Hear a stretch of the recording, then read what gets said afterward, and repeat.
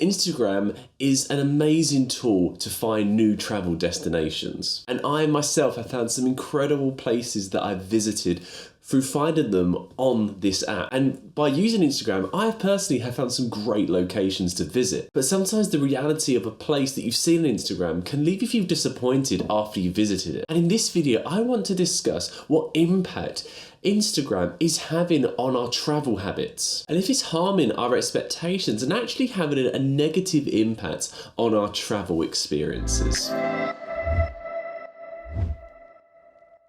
So the first thing I want to discuss is what happens when a particular area or region becomes famous through Instagram. Because before we even discuss the effects that it has on you personally, we should discuss what happens when an influx of tourists comes to a particular area in a short space amount of time, which happens quite a lot when something goes quite viral on TikTok or Instagram. For example, there's a street in Paris that has become overwhelmed by the amount of tourists and budding Instagram or TikTok people that seem to go there just to get that one shot. Call those streets and the pastel rows of houses in this beautiful area of Paris. And the residents of this street has said it's become a personal hell with the influx of Instagram-ready tourists flocking to the street for rap videos, bachelor parties and endless photo shoot that carelessly distract the people that live there. Now, although this is an example of how it can affect the people of an area where it gets popular on Instagram, it can also affect you as a person that wants to go to the destination. An example is can be seen in Santorini in Greece, which is a beautiful Greek island in the Mediterranean which has boomed in popularity in the last 10 years or so. A big part of that is thanks to Instagram and TikTok. And when you see these beautiful pictures and it's the empty streets and it seems like it's an undiscovered gem, then you get there and the streets are packed, and that's when the reality of it dawns on you and you end up getting a little bit disappointed. Now, this may seem very obvious to quite a lot of you, but you'd be surprised the amount of people that have built up an area or region in their head, and then when they get there, the expectation of the place is very different. And this links me to the next part of the video. What I want to discuss is, does these social media platforms give you unrealistic expectations of a region? Now, there's a number of areas around the world that have become so popular, partly down to the Instagram platform. So an example is, these are pictures that I took whilst I was on holiday in Capri, and as you can see, these look really tranquil. Pictures that you expect to see on something like Instagram, but the reality of when I was at Capri was something like this. There's a lot of tourists because it is a popular part of the Amalfi Coast, and you'll be surprised people that just expect it to be this tranquil and perfect every time. But the one I really want to focus on is Iceland.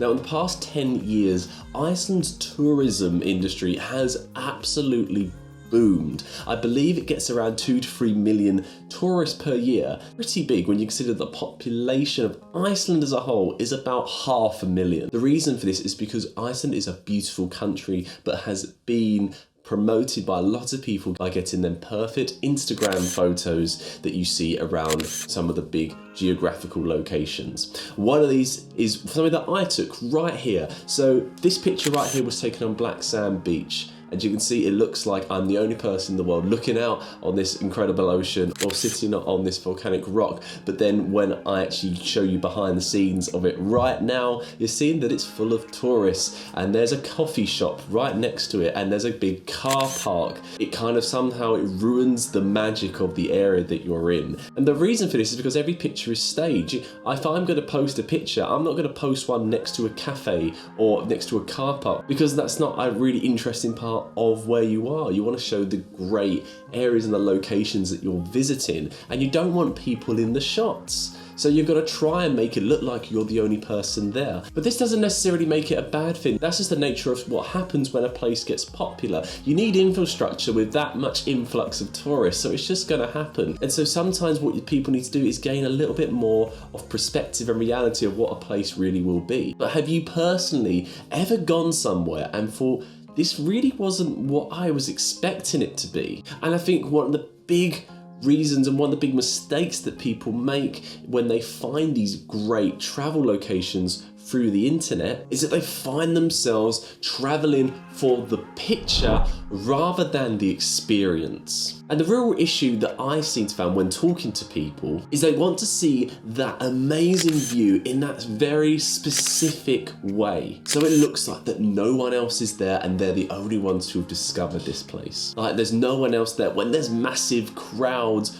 all around you because it's a popular place to go. And there's a massive crowd that have all had the same idea as you, trying to get that one perfect picture. And sometimes you even find yourself queuing for that one specific part because you've all gone there for the same reason, and that leaves you feeling a little bit disappointed because you feel like you're forcing the experience rather than just letting it happen. And this is where it can have the negative effect of us traveling for a picture rather than the experience, because we've built up in our heads that we have to show everyone what it's like, and then when you actually get there, what you end up doing is trying to recreate the picture that you saw it. Well, I don't want anyone in the shot, so even though I know that the idea that we've all had of this place isn't real, I want to kind of keep up the pretense that it isn't the way we always thought it would be. So we're almost guilty of portraying this kind of cycle of not really showing it. And there's nothing wrong with doing that. There's nothing wrong with trying to get the perfect picture, but it can always have that effect where we're trying desperately to base our entire idea of what a holiday should be on getting that perfect picture to show everyone. An example of this can be seen in Peru. If you want to go to Machu Picchu, you go to a city called Cusco, and from there you can do a number of different tours. One of these tours is going to see Rainbow Mountain.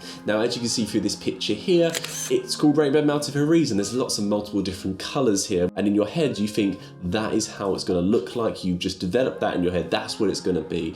But actually what happens when you get there, it's not really a rainbow mountain at all, and the way that the pictures make it look isn't necessarily how it is in reality. And I've seen a number of comments from people who are disappointed by that. And that's what I mean about how it can have a negative effect on your experience. And this is because when we try and take a picture, we always try and doctor it. We've all done it. Even if you've done a selfie, you don't just take the picture and upload it straight away. You play around a bit, trying to make sure it looks as good as it can be. And that's what people do when they do photography. Now, for example, if we look at a picture here that I took, now I've edited these in a certain way, but then if we take this filter off, this is how it looks straight out of camera. And now if I put this back on, that's what it looks like. There's nothing wrong with that, but that's what it is. And here's a picture in York Cathedral. This picture looks quite dull, but now I edit it, that's what it looks like. And if we go to this picture that was taken on the Amalfi Coast, look how rich and blue that sea is. How incredible does that look? Oh, but if we take the filter off, that's the reality of it.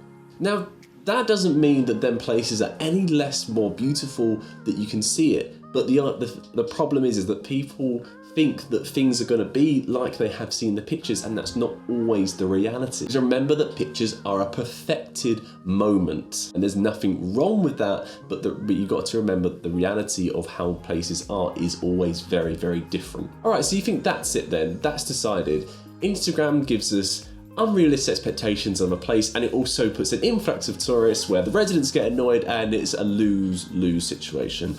Well, no, because if we use Instagram as a guide, so you see an incredible picture of a particular destination, you think, oh, I really like that, looks awesome. It can then lead you to have other ideas to search around the area in which that was taken. So, for example, I went to Berchtesgaden, which is a beautiful town in the Bavarian Alps, which has a bit of a dark history, but we're not going to get into that because that's a whole other video. But after going to this place, I then saw this picture, which was taken somewhere where I had no idea that it was there, and I've already been there and I'd had a great time, but I thought I'd missed out here. So that made me think that maybe I actually do want to go back and experience the place all over again. But I wasn't felt disappointed because I know that I did experience it the way I want to. And that leads me to a really important point. If we see a picture of a location we want to go and visit, you should ask yourself, what am I hoping to get out of this trip? What experiences do I want to get? Because if I'm really honest, if you think back to your best memories of any kind of trip you've taken, it wasn't trying to get that perfected picture on a particularly good, with a particularly background of a great view. What it was the experiences when you were there. Now, a picture is great to look back on, and it's always cool to have a really cool picture of yourself in a really cool location, don't get me wrong, but this shouldn't be the overall goal of your trip. It should be about that amazing restaurant you discovered down a back alley, or that time you took a wrong turn and found this incredible lake, or you found this incredible view. It needs to be about the moments that you have on a holiday that weren't forced. And sometimes when we have them expectations, we kind of force it a little bit. And even though I say that, I love photography. I always want to take great pictures, and I keep saying there's nothing wrong with wanting to get that perfected picture, but just always remember the reasons why you wanted to travel in the first place. And if there's a place that's got an amazing picture and it's hard to get to, then you've got to think to yourself, do you want to get it from the picture or do you want to have the experience? So a good example of this is going back to Berchtesgaden. So there is an incredible infinity pool, a natural infinity pool that you can go to which overlook King's Lake. And if you find this place and you get this picture, it is amazing. But it's a 2-hour hike to get to this location. So for example, you don't care, you just want to get that picture, but is it worth a 2-hour hike for you to just show off? Or are you doing it because you want to experience it just personally for yourself and experience the journey to get to there and enjoy the experience of discovering it? Because they are very different experiences and, most importantly, expectations. If the experience is the journey to finding something, then you're going to have a great time. Whereas if you want to chase something very, very particular, then most of the time you are left disappointed, because the reality of, as I keep saying, the reality of something is very different to what someone may have portrayed in a picture. So after watching this, we may think that, well, is Instagram good or bad then for building your expectations? The reality is Instagram or TikTok isn't real. It's a particular moment, a particular vibe that someone wanted to create and show the world how great whatever they're doing is. But it's also a very good thing if you see it and it gives you that wanderlust, it gives you that drive to go, oh, do you know what, I really need to travel and I really need to do it. So in that regards, it's a positive thing because it pushes us to go to places that we wouldn't normally consider. Places like Sri Lanka become huge as tourist destinations, partly down some of the great pictures that people are taking, and that's great because it helps the local economies build up. Bali, for example, has become huge and very popular, and a lot of the tourists that go there really help with the island's economy. So that is a good thing. Because I know personally for me, when I saw some pictures of Iceland for the first time, I was like, wow, that is a place I need to go to. And I went to it, and it's one of the best places I've ever been, and I cannot wait to go back. I didn't build up what the reality of a place will be. What you have to remember is if something's popular, there's going to be tourist infrastructure, and that isn't cool. We like to think we can just stumble through the Amazon forest and find this incredible Mayan building work that's never been discovered by someone, and we'll be the only peoples there, and it was great. But the reality of it isn't. You probably arrived on a tour bus and they dropped you off and they told you where it was. But that doesn't make it any less amazing, because you're going for the experience of seeing something rather than for the idea of what you think the experience should be. Because we travel for the sense of freedom it gives us and the experiences they give us, not just trying to catch a particular moment on camera. We just need to remember the reasons why we traveled in the first place. But sometimes we can't control exactly how their moments will play out. We just need to embrace a different location we've been to, which we discovered online, and embrace the adventure. And that's the point that I really want to come to, is there's nothing really wrong with Instagram and social media as a platform for travel destinations. Yes, it can have a negative effect, as we saw in Paris or in London around Notting Hill, but for you personally, you could have found an incredible country that you've never considered visiting by seeing it online, and that's a good thing. But the only thing that it can harm us is by, as I said, giving us unrealistic expectation of the places. You can have this incredible view, but then there could be a Starbucks just next to it. Kind of like in Egypt, everyone wants to think about the pyramids and where they are, but if we just pan the camera around, there's a fast food restaurant and it's right in the city, and it's not the mysterious, mystical thing that we thought it always would be when we've always dreamt about going there. As long as we monitor our expectations, embrace the trip, embrace the journey, and just let the trip happen for us, you may even discover new things that you weren't expecting, and then the trip is even better. So no, Instagram isn't a bad thing. It is affecting your travel bucket list, but only in a negative way if you let it. So let's embrace the adventure, share our best travel destinations, and get traveling as much as we can. And if you've enjoyed this video, please give it a like and feel free to watch some of my other videos. I have a number of different travel guides from places all around the world, and where I try and give you the best information possible. Think about subscribing, and I'll catch you on the next one. See you later.